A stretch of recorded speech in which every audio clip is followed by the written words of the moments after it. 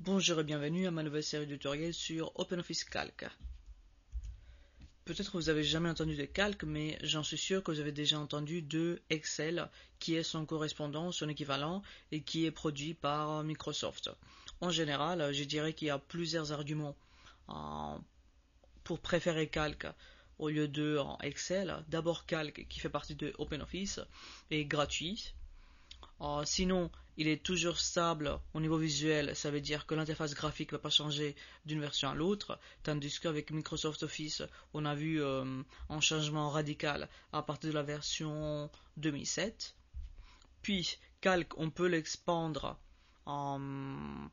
ou étendre ses fonctions en installant des modules complémentaires ou des plugins. Et puis, comme argument, c'est un argument idéologique où on préfère le logiciel libre et open source. Donc voilà. On va voir d'abord comment ouvrir ce logiciel. Donc, soit on va aller dans démarrage sur le programme et puis on va trouver quelque part ce dossier-là, OpenOffice.org. Là, je travaille sur la version 3.3.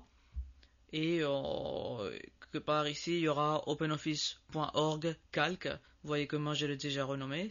Donc on appuie dessus, on clique dessus, on a l'interface. Sinon, on peut tout simplement aller dans le même dossier et appuyer sur cette icône-là, cliquer. S'il n'y a aucun autre logiciel d'OpenOffice qui est ouvert déjà, si on appuie là-dessus, si on clique dessus, pardon, on va voir cette interface-là, cette fenêtre, à partir de laquelle on peut ouvrir n'importe quel type de document dans OpenOffice, donc texte, classeur, etc. Donc là, je vais ouvrir un classeur. Et voilà, de nouveau, on est dans OpenOffice, Calc. Avant que je continue à expliquer les différentes fonctions, d'abord il faut que je vous parle du but de ce logiciel quand même. Donc Calc, il est là pour vous rendre la vie facile. Donc vous pouvez faire une base de données et faire des calculs automatiques sur cette base de données. Imaginez par exemple que vous avez des clients et vous avez le nom, le prénom et puis vous avez la dette du client envers vous, l'argent qu'il vous doit, et après vous avez les noms, etc., et vous avez quelque chose comme ça. Ça c'est long qu'on voyait. Et puis s'il faut le faire à la main, quand même, on est en 2012. Donc normalement il faut avoir une calculatrice et commencer à faire tout le travail manuellement, etc. Donc vous voyez que 1, c'est un travail long, et 2, on ne peut pas vérifier. Donc si on veut vérifier, il faut tout refaire. Et 3, si on a une base de données de 1000 valeurs, ça serait vraiment impossible de le faire sans faute.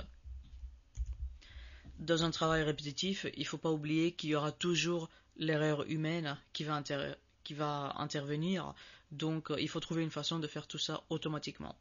Automatiquement, ça veut dire que la solution qu'on va adopter va prendre autant de temps avec une base de données de 3 valeurs qu'avec 1000 valeurs. Donc, si par exemple, j'utilise ce qu'il y a comme méthode automatique dans Calc, et là, je vais avoir la somme, je montre vite fait, on va voir tout ça plus tard. Et là, j'aurais dû faire comme ça.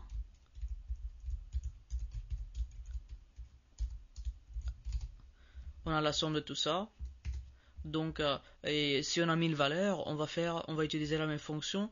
Donc, ça va être aussi rapide de traiter ces informations. Donc, il faut toujours être efficace, économe. Donc, on se pose la question, est-ce que ce que je fais aurait été aussi rapide si j'avais 3 fois plus de données?